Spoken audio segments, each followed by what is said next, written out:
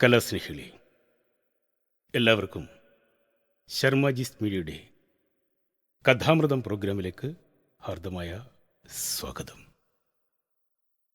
ഞാനൊരു കഥ പറയുകയാണ്. നൂറ്റാണ്ടുകൾ പഴക്കമുള്ള ഒരു കഥ.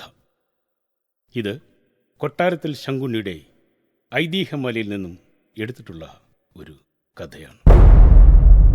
ഇതിനു മുമ്പ് ഒരു കഥ ഞാൻ യൂട്യൂബിൽ അപ്ലോഡ് ചെയ്തിട്ടുണ്ട്.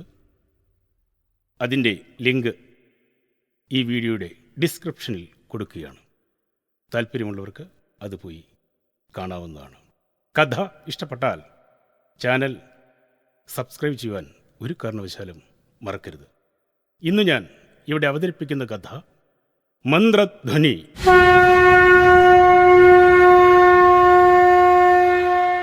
ഇത് ഒരു കഥാപ്രസംഗ ആവിഷ്കാരമല്ല.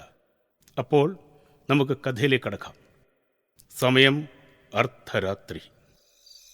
മാനത്ത് പാതിവിടർന്ന ചന്ദ്രൻ. നക്ഷത്രങ്ങൾ വാരി വിതറിയിരിക്കുന്നു. പ്രശാന്തസുന്ദരമായ ഒരു സമയം. വിശാലമായ ഒരു പാടശേഖരത്തിൻ്റെ നടവരമ്പിലൂടെ സുന്ദരനും സുമുഖനും ചെറുപ്പക്കാരനുമായ ഒരു നമ്പൂതിരിയും അദ്ദേഹത്തിൻ്റെ അനുയായികളും നടന്നു വരികയാണ്. അതിലൊരാളുടെ കയ്യിൽ ഒരു പന്തം കൊളുത്തിപ്പിടിച്ചിട്ടുണ്ട്. അവരങ്ങനെ നടന്നു വരുമ്പോൾ അല്പം അകലെയായി ആകാശത്ത് ഒരഗ്നിഗോളം പ്രത്യക്ഷമായി. എല്ലാവരും ആകാംക്ഷഭരിതരായി അങ്ങോട്ട് നോക്കി. പെട്ടെന്ന് ആ അഗ്നിഗോളം അപ്രത്യക്ഷമായി. ഉടൻ തന്നെ ശക്തമായ ഒരു കാറ്റ് ആഞ്ഞു വീശുകയാണ്. മാനത്ത് മേഘങ്ങൾ ഉരുണ്ടുകൂടി.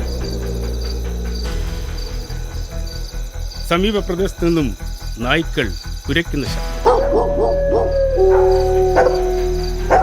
പൊടുന്നനെ ഒരു ഇടിനാദം മുഴങ്ങി. മഴ പെയ്യുവാൻ തുടങ്ങി. നമ്പൂതിരിയും കൂട്ടരും ആ മഴയിൽ നനഞ്ഞു കുതിർന്നു.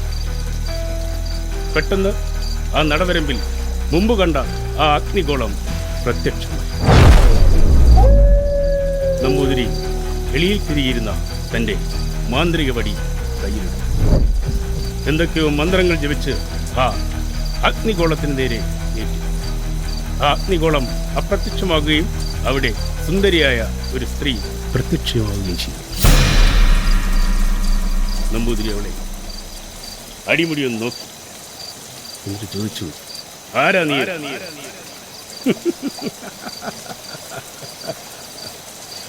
എന്നെ അറിയില്ലേ? ഞാനാണ് മേലേക്കാവ് ലക്ഷി. നീ എന്തിനു വന്നു? നിനക്കെന്ത് വേണം? എനിക്ക് വേണ്ടത് നിന്റെ ജീവനാണ്. എന്തിനാണ് നീ എന്റെ ജീവൻ എടുക്കുന്നത്? നമ്മൾ തമ്മിൽ പ്രശ്നങ്ങളൊന്നുമില്ലല്ലോ. പിന്നെ എന്തിനാണ് നീ എൻ്റെ ജീവൻ എടുക്കുന്നത്? നിനക്കെന്നോട് വൈരാഗ്യബുദ്ധി തോന്നാൻ എന്താണ് കാരണം? എനിക്ക് നിന്നോട് വിരോധമൊന്നുമില്ല. പക്ഷേ വിരോധമുള്ളവരുണ്ടല്ലോ. ആർക്കാണ് എന്നോട് വിരോധമുള്ളത്? പറയൂ. പറയാം. ഇലഞ്ഞിക്കാട്ട് ഭട്ടതിരി. ഇലഞ്ഞിക്കാട്ട് ഭട്ടതിരി. അപ്പോൾ അദ്ദേഹമാണോ നിന്നെ ഇങ്ങോട്ട് അയച്ചത്? അതെ, ഇലഞ്ഞിക്കാട്ട് ഭട്ടതിരി. നിങ്ങളെ ഞാൻ എന്നും സ്നേഹത്തോടും ബഹുമാനത്തോടും കൂടി വാർത്തപ്പെടുത്തുന്നു. ആ നിങ്ങൾ എൻ്റെ ജീവനെടുക്കാൻ മേലേക്കാവ് ലക്ഷ്യം നിയോഗിച്ചിരിക്കുന്നു. ഈ വെല്ലുവിളി ഞാൻ ഏറ്റെടുക്കുകയാണ്. നിങ്ങളുടെ വിരൽത്തുമ്പിലെ കളിപ്പാവയായ മേലേക്കാവ് ലക്ഷ്യം ഞാൻ എന്നേക്കുമായി ബന്ധിക്കുകയാണ്. തടയാമെങ്കിൽ തടഞ്ഞോളൂ. നമ്പൂതിരി കൈകൾ തൻ്റെ മാറോട് ചേർത്ത് വെച്ചുകൊണ്ട് കഠിനമായ ചില മന്ത്രങ്ങൾ ജപിച്ച് യക്ഷിയെ അവിടെ സ്തംഭിപ്പിച്ചു. എന്നിട്ട് ഇല്ലത്തേക്ക് നടന്നു. അല്പം നടന്ന ശേഷം നമ്പൂതിരി തിരിഞ്ഞു നിന്നു. വീണ്ടും തൻ്റെ മാന്ത്രിക വടികൊണ്ട് ആകാശത്തിലേക്ക് 1-2 പ്രാവശ്യം ചുഴറ്റി. എന്നിട്ട് യക്ഷിയോട് പറഞ്ഞു, കൂടെ പോരാ. അവർ വീണ്ടും ഇല്ലത്തേക്ക് നടന്നു. യക്ഷി പിറകെ നടന്നു. ഇല്ലത്തെത്തിയ നമ്പൂതിരി ഒരു പൂജയ്ക്ക് വേണ്ട ഒരുക്കങ്ങൾ നടത്താൻ പരികർമ്മികളോട് ആവശ്യപ്പെട്ടു. അവർ വേഗം ഒരു പൂജയ്ക്കുള്ള ഒരുക്കങ്ങൾ നടത്തി. അവിടെ ഇരുന്ന് നമ്പൂതിരി ശക്തമായ ഒരു പൂജ ചെയ്തു. ആ പൂജയുടെ അവസാനം അദ്ദേഹം ഒരു കാരിരുമ്പാണിയിലേക്ക് ആ യക്ഷിയെ ആവാഹിച്ചു. ഇല്ലത്തിന് വടക്ക് പുറത്തുള്ള കാഞ്ഞിരമരത്തിൽ ആഞ്ഞു തറച്ചു. യക്ഷിയുടെ ദീനരോദനങ്ങൾ അന്തരീക്ഷത്തിലേക്ക് ഉയർന്നു. നമ്പൂതിരി തിരികെ നടന്നു. പുറകിൽ ഒരു വിളി കേട്ടു. ഹേ നമ്പൂരിശ,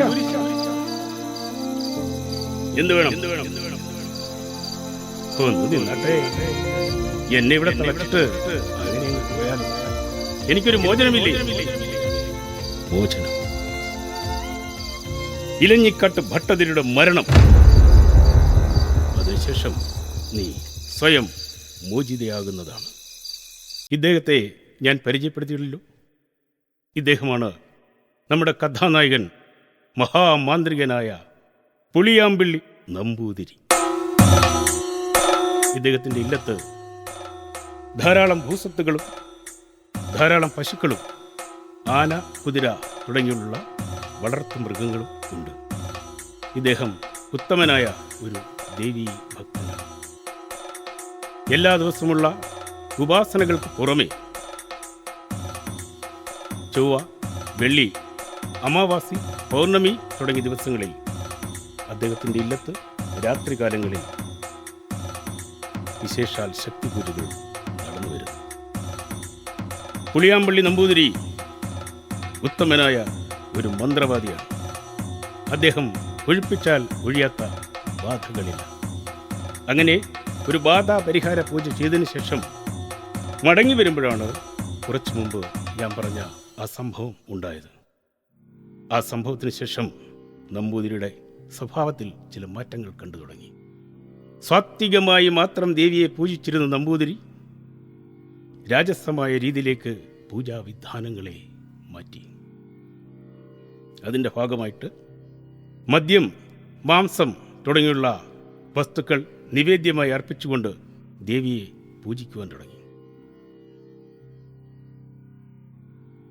പൂജ കഴിഞ്ഞതിന് ശേഷം അദ്ദേഹം ആ മദ്യം ആവോളം പാനം ചെയ്യും.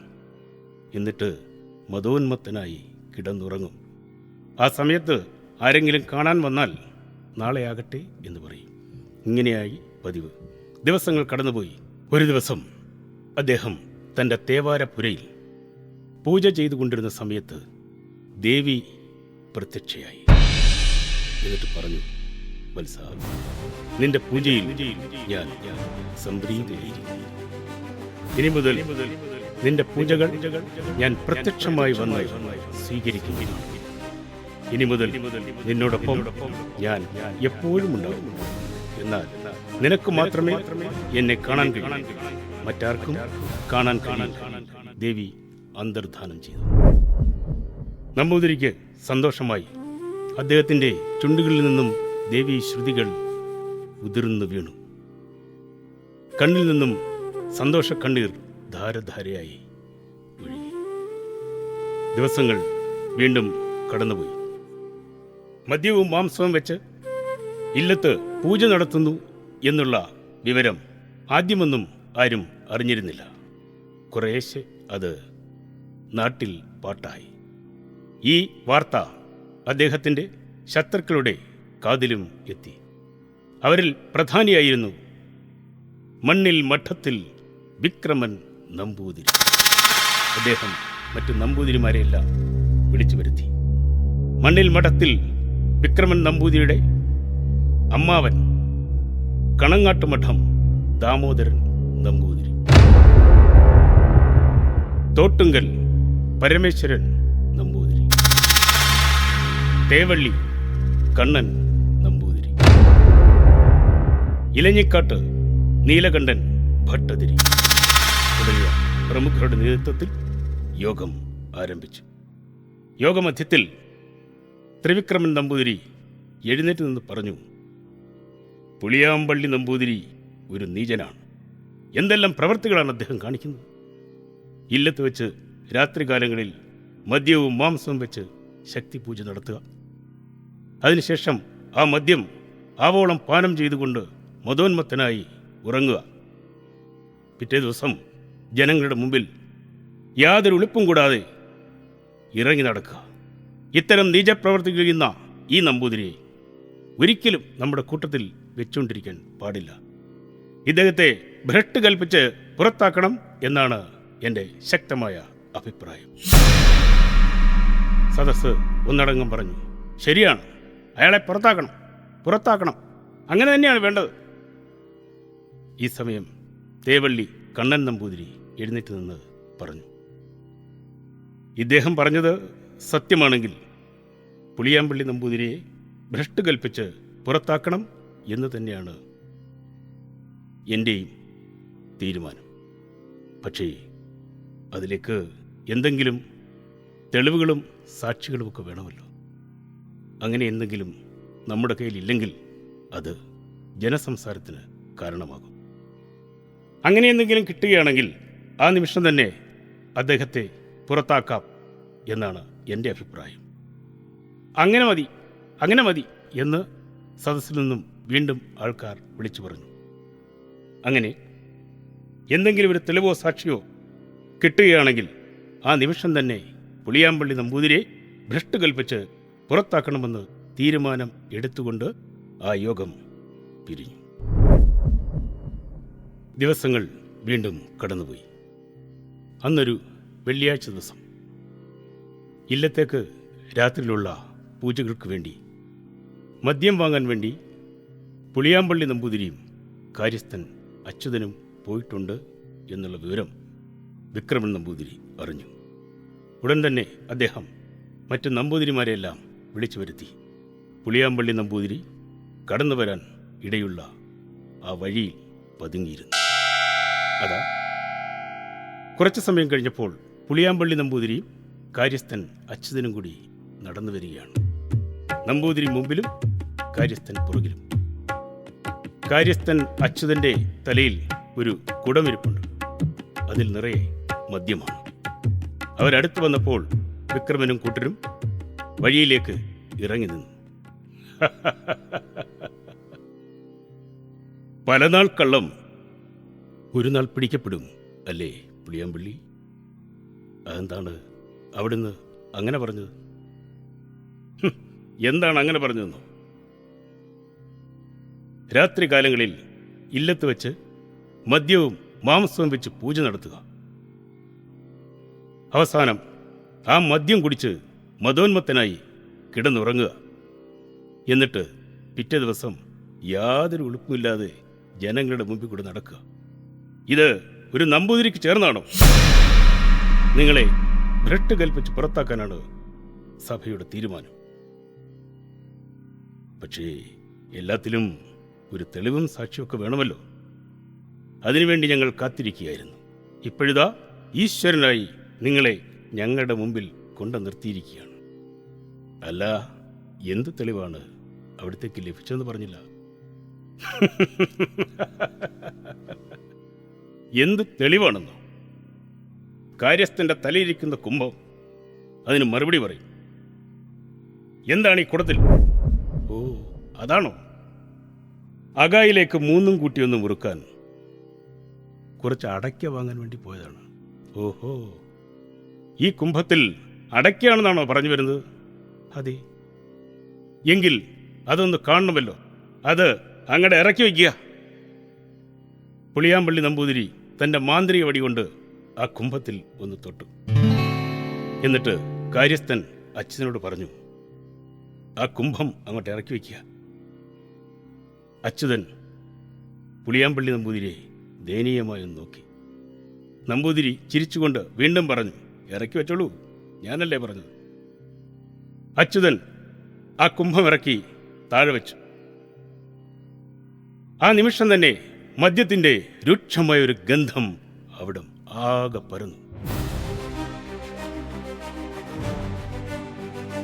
നമ്പൂതിരിമാരെല്ലാം മൂക്ക് കുത്തിപ്പിടിച്ചു. വിക്രമൻ ഉത്സാഹഭരിതൻ, കാര്യസ്ഥൻ അച്യുതൻ വരുങ്ങി നിന്നു. പുളിയാമ്പള്ളി നമ്പൂതിരി നിസ്സംഗനായി. പെട്ടെന്ന് വിക്രമൻ നമ്പൂതിരി വന്ന് ആ കുടത്തിന്റെ കെട്ടഴിച്ചു. എല്ലാവരും അമ്പരന്നുപോയി. ആ കുടം നിറയെ അടയ്ക്കകൾ മാത്രം. നമ്പൂതിരിമാരെല്ലാം ഇളിഭ്യരായി തിരിച്ചുപോയി. അച്യുതനും പുളിയാമ്പള്ളി നമ്പൂതിരിയും കൂടി ആ കുംഭവും എടുത്തുകൊണ്ട് ഇല്ലത്തേക്ക് പോയി. അവിടെ ചെന്ന് പൂജ സമയമായപ്പോൾ ആ കുടം അഴിച്ചു. അത് പഴയ പോലെ മദ്യമായി തീരുകയും ചെയ്തു. പുളിയാമ്പള്ളി നമ്പൂതിരിക്ക് ഇതൊക്കെ സാധ്യമാകുന്നത് ദേവി കടാക്ഷം ഒന്നുകൊണ്ട് മാത്രമാണ്.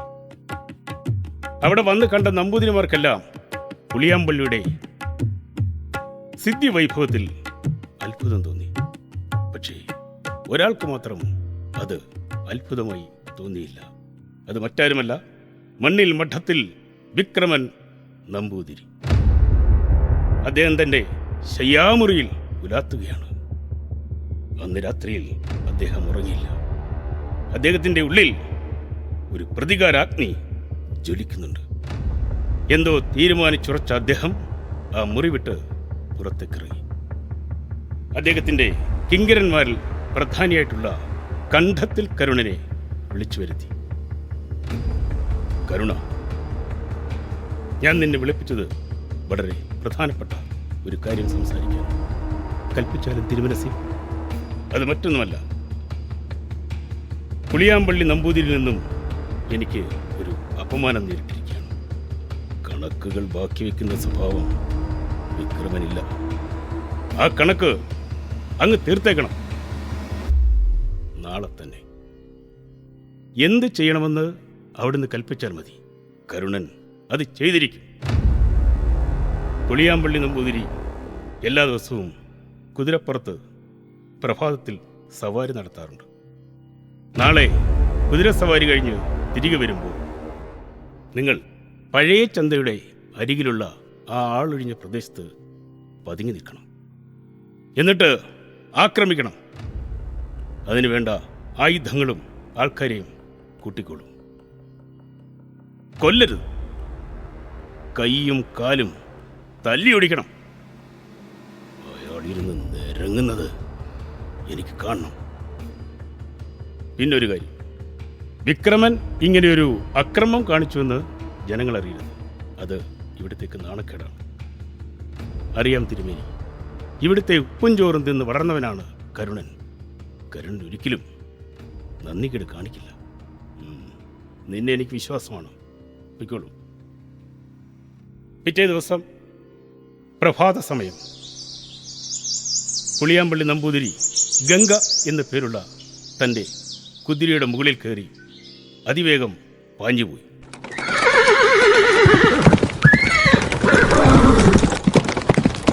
കണ്ടത്തിൽ കരുണരും കൂട്ടരും പഴയ ചന്തയുടെ സമീപമുള്ള ആളൊഴിഞ്ഞ പ്രദേശത്ത് പതുങ്ങി. അതാ ദൂരെ നിന്നും നമ്പൂതിരി കുതിരപ്പുറത്ത് പാഞ്ഞു വരികയാണ്. കരുണരും കൂട്ടരും വഴിയിലേക്ക് ഇറങ്ങി നിന്നു. ദൂരെ വെച്ച് തന്നെ നമ്പൂതിരി അവരെ കണ്ടു. കുതിരയെ വേഗം കുറച്ച് അദ്ദേഹം നിർത്തി.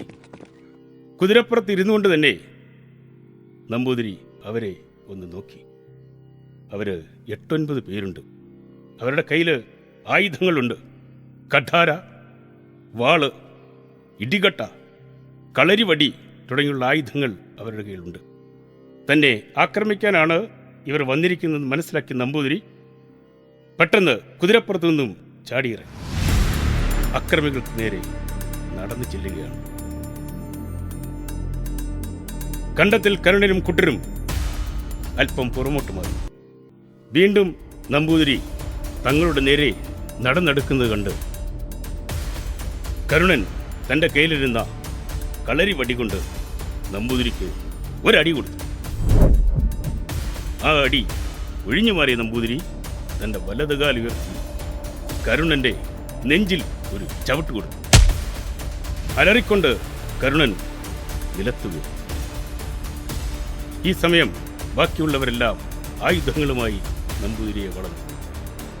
പിന്നീട് അവിടെ നടന്നത് അത്യുഗ്രമായ ഒരു സംഘട്ടനം.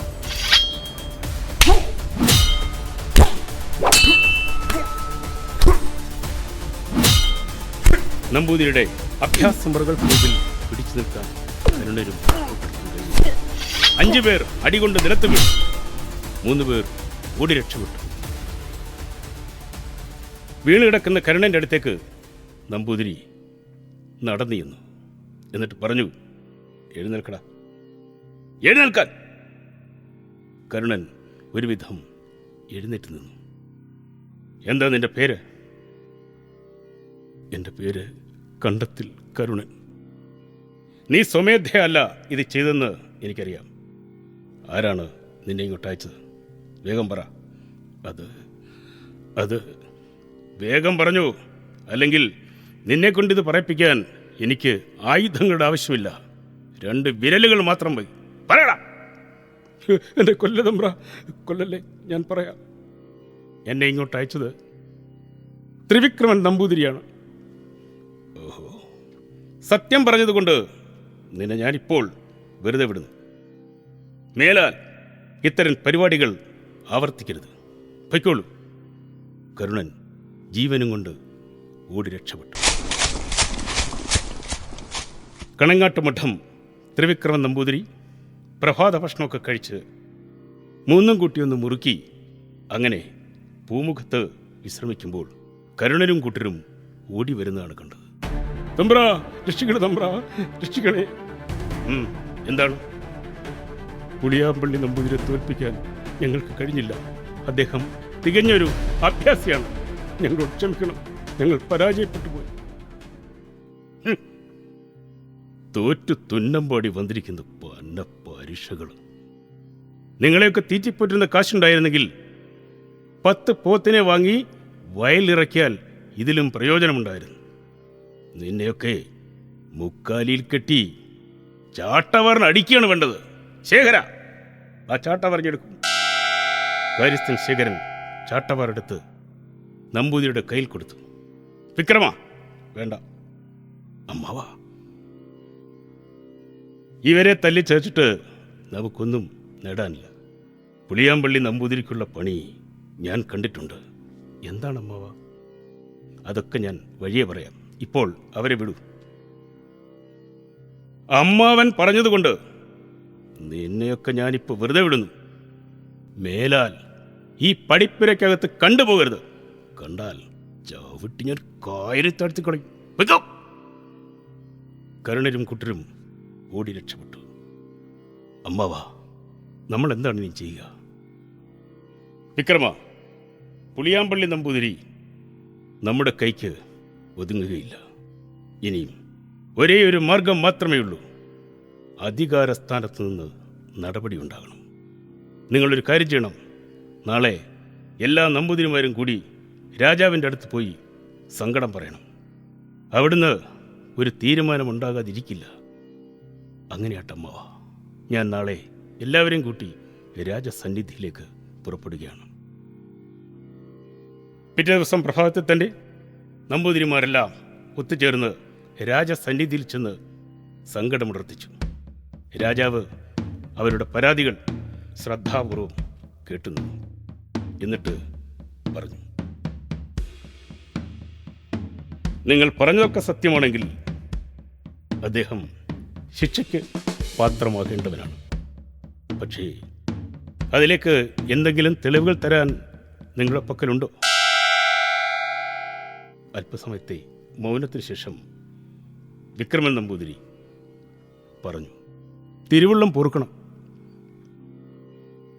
ഇതിലേക്കൊരു തെളിവ് തരാൻ ഞങ്ങളുടെ പക്കലില്ല.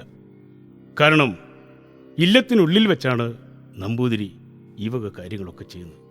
പൂജ നടത്തുന്നത് ഇല്ലത്തിനുള്ളിൽ വെച്ചാണ്. മദ്യപിക്കുന്നതും അതിനുള്ളിൽ വെച്ചാണ്. മദ്യപിച്ചിട്ട് ഒരിക്കലും അദ്ദേഹം പുറത്തേക്ക് ഇറങ്ങാറില്ല. മദ്യപിച്ച് മതോന്മത്തനായി ഉറങ്ങുകയാണ് ചെയ്യാറുള്ളത്. പക്ഷേ ഈ പറഞ്ഞതെല്ലാം സത്യമാണ്. എങ്കിലൊരു കാര്യം ചെയ്താട്ടെ. ഇനി എപ്പോഴാണ് പൂജ നടക്കുന്നത് എന്നുള്ളത് നമ്മെ അറിയിക്കുക. വേണ്ട നടപടികൾ നമ്മൾ സ്വീകരിക്കുന്നതാണ്. ഇപ്പോൾ നിങ്ങൾക്ക് പോകാം. നമ്പൂതിരിമാരെല്ലാം പിരിഞ്ഞുപോയി. അന്നൊരു ദിവസം ഒരു അമാവാസിയായിരുന്നു. അന്ന് ഇല്ലത്ത് മദ്യം വെച്ച് പൂജ നടക്കുന്നുണ്ട് എന്നുള്ള വിവരം വിക്രമൻ നമ്പൂതിരിയുടെ കാതിലെത്തി. അദ്ദേഹം നമ്പൂതിരിമാരെയെല്ലാം വിളിച്ചുകൂട്ടി രാജാവിൻ്റെ അടുക്കൽ ചെന്ന് പരാതി പറഞ്ഞു. രാജാവ് ഉടൻ തന്നെ 2 ഭടന്മാരെ നമ്പൂതിരിയെ കൂട്ടിക്കൊണ്ടുവരാൻ വേണ്ടി കുതിരവണ്ടിയിൽ അയച്ചു. ആ കുതിരവണ്ടി ഇല്ലത്ത് ചെന്ന് സേവകന്മാരോട് കാര്യങ്ങൾ പറഞ്ഞു. രാജകൽപ്പനയാണ്, ഇപ്പോൾ തന്നെ പുളിയാമ്പള്ളി നമ്പൂതിരി മുഖം കാണിക്കണം എന്നാണ് രാജാവിൻ്റെ. ദാസന്മാർ ഇക്കാര്യം ദാസിമാരെ അറിയിച്ചു. ദാസിമാരത് അന്തർജനത്തിനെ അറിയിച്ചു. അന്തർജനം പുളിയാമ്പള്ളി നമ്പൂതിരിയുടെ ശയ്യാമുറിയിലേക്ക് കടന്നു ചെന്നു. എന്നിട്ട് വിളിച്ചു, അങ്ങുന്നേ അങ്ങുന്നേ, ഒന്ന് എഴുന്നേറ്റാട്ടെ, ദേ ആരൊക്കെ കാണാൻ വന്നിരിക്കുന്നു. അങ്ങുന്നേ. എന്താണ്? അല്ല, രാജകൊട്ടാരത്തിന് ഭടന്മാര് കാണാൻ വന്നിരിക്കുന്നു. രാജാവിന് മുഖം കാണിക്കണം എന്നാണ് പറയുന്നത്. ഈ രാത്രിയിലോ? ഇപ്പൊ ഇരുട്ടല്ലേ, ഒരു കാര്യം ചെയ്യും, നിലാവധിക്കട്ടെ, അപ്പോ ചെല്ലാമെന്ന് പറയൂ. വീണ്ടും നമ്പൂതിരി ഉറക്കത്തിലേക്ക് വഴുതി വീണു. അന്തർജനം ദാസിമാരോട് വിവരങ്ങൾ പറഞ്ഞു. ദാസിമാർ സേവകരെ അറിയിച്ചു. സേവകന്മാർ ഈ വിവരം ഭടന്മാരെ അറിയിച്ചു. ഭടന്മാർ ഉടൻ തന്നെ രാജകൊട്ടാരത്തിലേക്ക് തിരിച്ച് രാജാവിനെ വിവരം അറിയിച്ചു. ഇത് കേട്ട് രാജാവ് ഒന്ന് പുഞ്ചിരിച്ചു. അമാവാസിയിൽ ചന്ദ്രനുതി. ശരി, എന്നാൽ നിലാവധിക്കട്ടെ, ഞാൻ ഉറങ്ങാൻ പോവുകയാണ്. രാജാവ് പള്ളിയറയിലേക്ക് പോയി. നേരം വളരെ വൈകിയിരുന്നതുകൊണ്ട് നമ്പൂതിരിമാർ അവിടെ ഇവിടേക്ക് കിട്ടിയ സ്ഥലത്ത് കിടന്ന് ഉറക്കം ആരംഭിച്ചു. പാതിരാത്രി കഴിഞ്ഞപ്പോൾ പുളിയാമ്പള്ളി നമ്പൂതിരി ഞെട്ടി ഉണർന്നു. എന്തൊക്കെയോ സംഭവങ്ങൾ ഉണ്ടായെന്ന് അദ്ദേഹത്തിൻ്റെ മനസ്സിൽ കൂടി ഞാൻ കടന്നുപോയി. പക്ഷേ എന്താണ് ഉണ്ടായെന്ന് ഓർക്കാൻ കഴിയുന്നില്ല. അയാൾ ഭാര്യയെ തട്ടി വിളിച്ചു. പ്രഭാവതി, പ്രഭാവതി, അങ്ങൊന്ന് എഴുന്നേറ്റോ? എന്തൊക്കെയോ കാര്യങ്ങൾ ഇവിടെ മുമ്പ് നടന്നല്ലോ. എന്താണ്, ഞാനൊന്നും ഓർക്കുന്നില്ല, ഒന്ന് പറഞ്ഞേ. അത് രാജാവിൻ്റെ അടുത്ത് നിന്ന് 2 ഭടന്മാരിവിടെ വന്നിരുന്നു. ഉടൻ തന്നെ രാജാവിനെ മുഖം കാണിക്കണം എന്നാണ് പറഞ്ഞത്. അപ്പോൾ ഞാനെന്ത് പറഞ്ഞു? നിലാവധിക്കട്ടെ, വരാം എന്നാണ് പറഞ്ഞത്. ഇന്ന് അമാവാസ്യല്ലേ, ഇന്ന് നിലാവധിക്കുമോ? മണ്ടത്തരമായി പോയല്ലോ. അങ്ങുന്നേ, എനിക്ക് പേടിയാകുന്നു. രാജാവിൻ്റെ കോപമുണ്ടായാൽ ഇല്ലത്തിനത് കുഴപ്പമാണ്. ഒന്നും ഭയപ്പെടണ്ട, ദേവിയുണ്ടല്ലോ. ഞാൻ അല്പനേരം പ്രാർത്ഥിക്കട്ടെ. രാജാവിനെ പിണക്കണ്ട എന്ന് കരുതി അദ്ദേഹം ദേവിയെ പ്രാർത്ഥിച്ചു. 3/4 നാഴിക നേരം അവിടെ ഇരുന്ന് ധ്യാനം ചെയ്ത നമ്പൂതിരി പെട്ടെന്ന് രാജകൊട്ടാരത്തിലേക്ക് പോകുവാനുള്ള ഒരുക്കങ്ങൾ ചെയ്തു. അങ്ങനെ അദ്ദേഹം ഒരുങ്ങി പുറത്തേക്കിറങ്ങിയപ്പോൾ അതാ ആകാശത്ത് പൂർണ്ണ ചന്ദ്രൻ. ആ പ്രകാശം ഒരു പകൽ വെളിച്ചം പോലെ എല്ലായിടത്തും പരന്നിരിക്കും. നമ്പൂതിരിക്ക് സന്തോഷമായി. അദ്ദേഹം തൻ്റെ കുതിരപ്പുറത്ത് കയറി രാജകൊട്ടാരത്തിലേക്ക് അതിവേഗം പാഞ്ഞുപോയി. രാജകൊട്ടാരത്തിൽ ചെന്ന് ഭടന്മാരോട് നമ്പൂതിരി വിവരങ്ങൾ പറഞ്ഞു. ഭടന്മാർ രാജാവിനെ അറിയിച്ചു. രാജാവ് ഇറങ്ങി വന്നു. പുളിയാമ്പള്ളി നമ്പൂതിരെ കണ്ട് രാജാവ് ചോദിച്ചു, എന്താ പുളിയാമ്പള്ളി, നിലാവുദിച്ചുവോ? തമ്പുരാനെ, നിലാവുദിച്ചിട്ടുണ്ട്, നോക്കിയാൽ കാണാം. രാജാവ് പെട്ടെന്ന് മുറ്റത്തേക്ക് ഇറങ്ങി നോക്കി. ആകാശത്ത് പൂർണ്ണമായ ചന്ദ്രൻ. ചന്ദ്രികയുടെ പ്രകാശം എല്ലായിടത്തും പരന്നിരിക്കുന്നു. ബുദ്ധിമാനായ രാജാവിന് മനസ്സിലായി, പുളിയാമ്പള്ളി നമ്പൂതിരിയുടെ അത്ഭുത വിദ്യയാണിത്. അദ്ദേഹം നമ്പൂതിരിയെ അടുത്ത് വിളിച്ച് ധാരാളം സമ്മാനങ്ങൾ നൽകി പറഞ്ഞയച്ചു. മറ്റു നമ്പൂതിരിമാരെ വിളിച്ചിട്ട് പറഞ്ഞു, നിങ്ങൾ ഉദ്ദേശിക്കുന്ന ആളല്ല പുളിയാമ്പള്ളി നമ്പൂതിരി. അദ്ദേഹം മന്ത്രം സിദ്ധി വന്ന മാന്ത്രികനാണ്. ശുദ്ധവും അശുദ്ധവും അദ്ദേഹത്തിനില്ല. അങ്ങനെയുള്ള കാര്യങ്ങൾ വെച്ച് പുളിയാമ്പള്ളി നമ്പൂതിരി നിങ്ങൾ അളക്കാൻ ശ്രമിക്കരുത്. മേലാൽ ഇത്തരം മഹാന്മാരുടെ കാര്യങ്ങൾ പറഞ്ഞുകൊണ്ട് ഇങ്ങോട്ട് വരരുത്. നിങ്ങൾക്ക് പോകാം. നമ്പൂതിരിമാരെല്ലാം പിരിഞ്ഞുപോയി. പുളിയാമ്പള്ളി നമ്പൂതിരി തൻ്റെ ഇല്ലത്ത് ചെന്നപ്പോൾ കണ്ട കാഴ്ച നമ്പൂതിരി തന്നെ ഞെട്ടിച്ചു കളഞ്ഞു. തൻ്റെ ഉപാസനാമൂർത്തിയായ ദേവി ഭീമാകാരമായി വളർന്ന് ആകാശം മുട്ടെ അങ്ങനെ നിൽക്കുകയാണ്. ദേവി തൻ്റെ കാതിലെ ഒരു കുണ്ടലം എടുത്ത് ഒരു കൈകൊണ്ട് ഉയർത്തിപ്പിടിച്ചിരിക്കുന്നു. ആ കുണ്ടലം ചന്ദ്രനായും അതിൽ നിന്ന് പുറപ്പെടുന്ന പ്രകാശം ചന്ദ്രികയുമായിട്ടാണ് എല്ലാവർക്കും തോന്നുന്നത്. തൻ്റെ ഭക്തനായ പുളിയാമ്പള്ളി നമ്പൂതിരിക്ക് ആപത്തൊന്നും ഉണ്ടാകാതിരിക്കാനും അപമാനം ഉണ്ടാകാതിരിക്കാനുമാണ് ദേവി അങ്ങനെ ചെയ്തത്. ഇത് മനസ്സിലാക്കിയ നമ്പൂതിരി ദേവിയുടെ പാദങ്ങളിൽ നമസ്കരിച്ചു. ആ മണ്ണിൽ കിടന്നുരുണ്ടു. അദ്ദേഹത്തിൻ്റെ ചുണ്ടിൽ നിന്നും ദേവി സ്തോത്രങ്ങൾ ഉതിർന്നു വീണു. അപ്പോൾ തന്നെ ദേവി അവിടെ അന്തർധാനം ചെയ്തു. ലോകമെങ്ങും ഇരുൾ വ്യാപിക്കുകയും ചെയ്തു. അന്നൊരു ദിവസം ഒരു അർദ്ധരാത്രി സമയം ഒരു ബാധാ പരിഹാര പൂജ കഴിഞ്ഞ് പുളിയാമ്പള്ളി നമ്പൂതിരി ദേവിയും കൂടെ നടന്നു വരികയാണ്. നമ്പൂതിരി മുമ്പിലും ദേവി പുറകിലുമായി നടന്നു വരികയാണ്. കുറച്ചു ദൂരം നടന്നപ്പോൾ പുറകിൽ ശബ്ദമൊന്നും കേൾക്കുന്നില്ല. നമ്പൂതിരി ഒന്ന് നിന്നു. എന്നിട്ട് പുറകോട്ട് തിരിഞ്ഞു നോക്കി. ദേവിയെ കാണാനില്ല. ദേവി അവിടമെല്ലാം അദ്ദേഹം പരതി. കാണാനില്ല. നമ്പൂതിരി വന്ന വഴിയെ വീണ്ടും തിരികെ നടന്നു. കുറച്ചു ദൂരം ചെന്നപ്പോൾ വഴിയുടെ താഴെയായി ഒരു കുടിലിൽ അവിടെ നിന്ന് പ്രകാശം പരക്കുന്നതായി കണ്ടു. അദ്ദേഹം അവിടേക്ക് സാവധാനം ഇറങ്ങിച്ചെന്നു. അവിടെ കണ്ട കാഴ്ച നമ്പൂതിരിയെ ഞെട്ടിച്ചു കളഞ്ഞു. താഴ്ന്ന ജാതിയെന്ന് അന്നത്തെ കാലത്ത് മുദ്ര കുത്തിയിരുന്ന ഒരു വ്യക്തി അവിടെ ഒരു പീഠവും വാളും വെച്ച് പൂജ നടത്തുകയാണ്. ദേവി ആ പീഠത്തിന്മേൽ ചെന്നിരുന്നു കൊണ്ട് അയാളുടെ പൂജ ഏൽക്കുകയും അയാൾ സമർപ്പിക്കുന്ന നിവേദ്യം സ്വീകരിക്കുകയും ചെയ്തു. നമ്പൂതിരിക്ക് അത് വേദനയുണ്ടാക്കുന്ന ഒരു കാര്യമായിരുന്നു. നമ്പൂതിരിയുടെ ഉള്ളം തകർന്നുപോയി. പൂജ അവസാനിക്കുന്നതും വരെ നമ്പൂതിരി അവിടെ കാത്തിരുന്നു. പൂജ കഴിഞ്ഞപ്പോൾ ദേവി നമ്പൂതിരിയുടെ മുമ്പിൽ പ്രത്യക്ഷയായി. അപ്പോൾ നമ്പൂതിരി കൈതൊഴുതുകൊണ്ട് പറഞ്ഞു, അവിടെ നിന്ന് ഇങ്ങനെ ചെയ്യുന്നത് അടിയന് സങ്കടമുണ്ടാക്കുന്ന കാര്യമാണ്.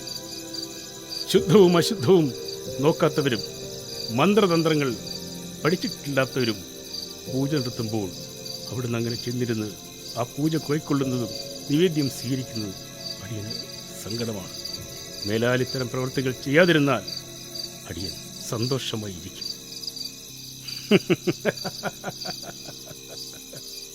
പുളിയാമ്പള്ളി നമ്പൂതിരി, നിങ്ങൾ മന്ത്രസിദ്ധി വന്ന മഹാമാന്ത്രികനാണ്.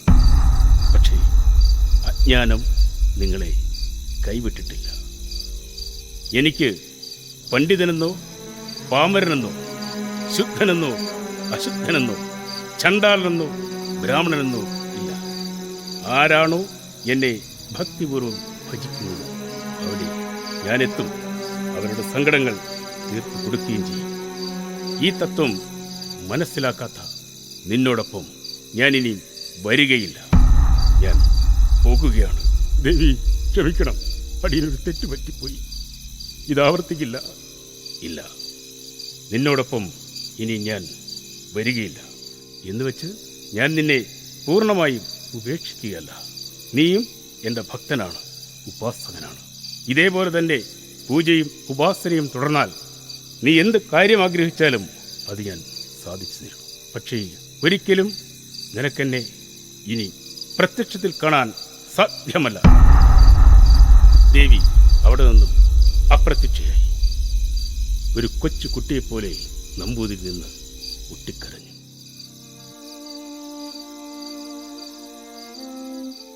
കരഞ്ഞ് കലങ്ങിയ മിഴികളുമായി അദ്ദേഹം ഇല്ലത്തേക്ക് തിരിച്ചുപോയി.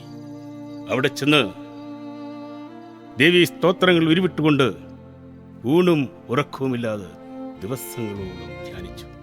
പക്ഷേ ഒരു ദിവസം പോലും ദേവി അദ്ദേഹത്തിന് മുമ്പിൽ പ്രത്യക്ഷപ്പെട്ടില്ല.